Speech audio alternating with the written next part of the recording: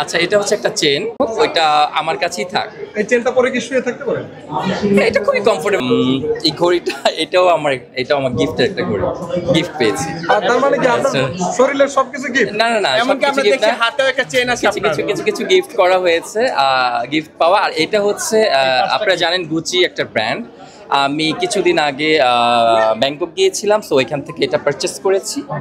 প্রোগ্রামটা আজকের প্রোগ্রামে টোটালি ওয়েটায় আমি আজকে একটু ওয়েস্টার্ন পরে এসেছি, একটু ডিফারেন্ট ড্রেস। সো সবসময় তো ট্রেডিশনাল, আপনারা দেখেন একটু রয়্যাল টাইপস পরি। সো আজকের ড্রেসটা টোটালি একটু কন্টেম্পোরারি, একটু মডার্ন ভাইবসের করা। সো এইভাবেই চলে এলাম আজকে একটু আলাদা একটা লুকে।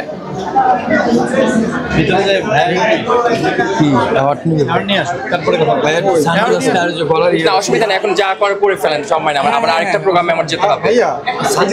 এটা কি আপনার? আচ্ছা, এটা হচ্ছে একটা চেন।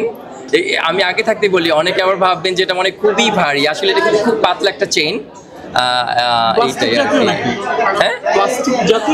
এই টাইপসই, মানে খুব পাতলা কিন্তু ডেকোরেশন, জাস্ট এটা লাইক সৌন্দর্যের জন্য এটা ইউজ করা হয়। একটা ভাইবস দেয়, একটা খুবই ওয়েস্টার্ন একটা ভাইবস দেয়। হ্যাঁ, সানগ্লাসটা একটু ডিফারেন্ট, আসলে আনকাউন্টেবল। সানগ্লাসটা আসলে অ্যাকচুয়ালি এটা তো অবশ্যই বাইরের একটা সানগ্লাস। তো এটা আসলে এটা তো বাইরেই পাওয়া যাবে, এখন এটা কোন দেশে পাওয়া যাবে আমি জানি না, বাট এটা আমি পেয়েছি আর কি। হ্যাঁ, এটা আমি এটার সাথে জাস্ট ম্যাচ করে পড়ছি, একটু গ্লসি লাইক এই টাইপের একটা সানগ্লাস, যেন আমার এই ড্রেসটার সাথে যেন এই সানগ্লাসটা একটু ডিফারেন্ট লাগে, এই জন্য আজকে পরা। এবং যেহেতু প্রোগ্রামটা অনেক জমকালো, গর্জিয়াস একটা প্রোগ্রাম, এই জন্য দেখা গিয়েছে যে সানগ্লাসটা আমি এটার সাথে ম্যাচ করে পরার ট্রাই করেছি। এই যে গলার যে হারটা, চেইন, এটা কি নিজেই করেছেন না অন্য কেউ সাহায্য? না, এটা হচ্ছে একটা স্টাইলিশ চেইন। এই চেনটা মনে হয় আমি বাংলাদেশে ছেলেদের মধ্যে মানে ফার্স্ট করলাম।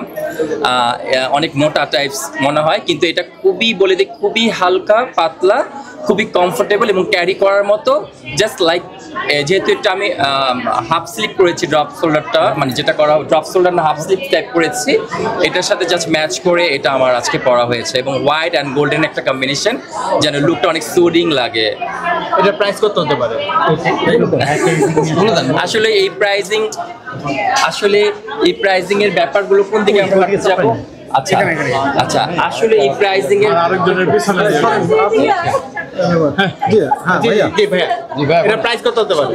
আসলে প্রাইজের ব্যাপারগুলো এখন অনেক বেশি ট্রেন্ডিং, অনেক বেশি মানে সবাই এখন প্রাইস। আসলে প্রাইসটা আমি বলতে চাই না, আমি মনে করি আমার সব কিছু যেটাই হোক না কেন, আমার কাছে মনে হয় 1 টাকা হোক 2 টাকা হোক, ওইটা আমার কাছেই থাক। এই চেনটা পরে কি শুয়ে থাকতে পারেন? এটা খুবই কমফোর্টেবল, ক্যারি করার মতো। জাস্ট আমি লাইকে ক্যারি করছি, দেখেন খুবই সুন্দর। এটা যে কেউ ক্যারি করতে পারবে, যে ভালো মনে করতে পারবে। মানে শুয়ে থাকলে কি মানে কমফর্ট ফিল হবে কিনা শুয়ে থাকলে? বা কোন দেশ থেকে আনা হয়েছে? কোনটা? এই ঘড়িটা? আচ্ছা, ঘড়িটা। আচ্ছা, এটা আসলে এই ঘড়িটা এটাও আমার গিফটের একটা ঘড়ি, গিফট পেয়েছি। আর তার মানে কি আপনার শরীরের সবকিছু গিফট? না না না, এমনকি আমরা দেখি হাতেও একটা চেন আছে, কিছু গিফট করা হয়েছে, গিফট পাওয়া। আর এটা হচ্ছে আপনারা জানেন গুচি একটা ব্র্যান্ড।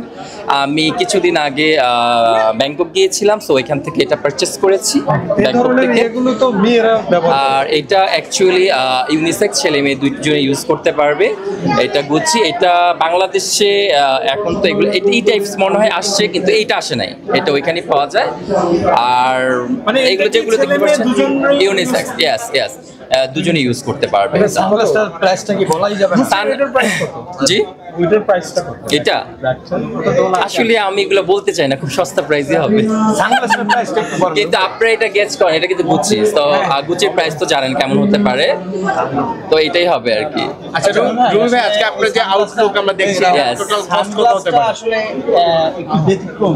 এই ব্যতিক্রমী সানগ্লাস বাংলাদেশে অনেক জায়গায় পাওয়া যায় না। আপনি কোথা থেকে কালেক্ট করলেন বা কত টাকা এটার দাম? এই সানগ্লাসটা সম্পূর্ণ বাইরে থেকে আনানো। সো আমি টাকার অ্যামাউন্টটা বলতে চাচ্ছি না, বিকজ এই কোশ্চেনগুলো আমার কাছে অনেক বেশি লেম মনে হয়। আমার কাছে হচ্ছে যে আমার যেটা ক্যারি করতে পারবো, যেটা আমি মনে করি আমি স্যাটিসফাই, যেটা পরে আমার কাছে ভালো লাগবে। সো তো ওইটা আমি পরি যেটা আমার কাছে ভালো লাগে। তো দামটা আমার কাছে আসলে ওইভাবে মেটার করে না, একটা জিনিস 1 টাকা হোক 2 টাকা হোক, এটা যদি ভালো লাগে ওইটা আমি পরে ফেলি।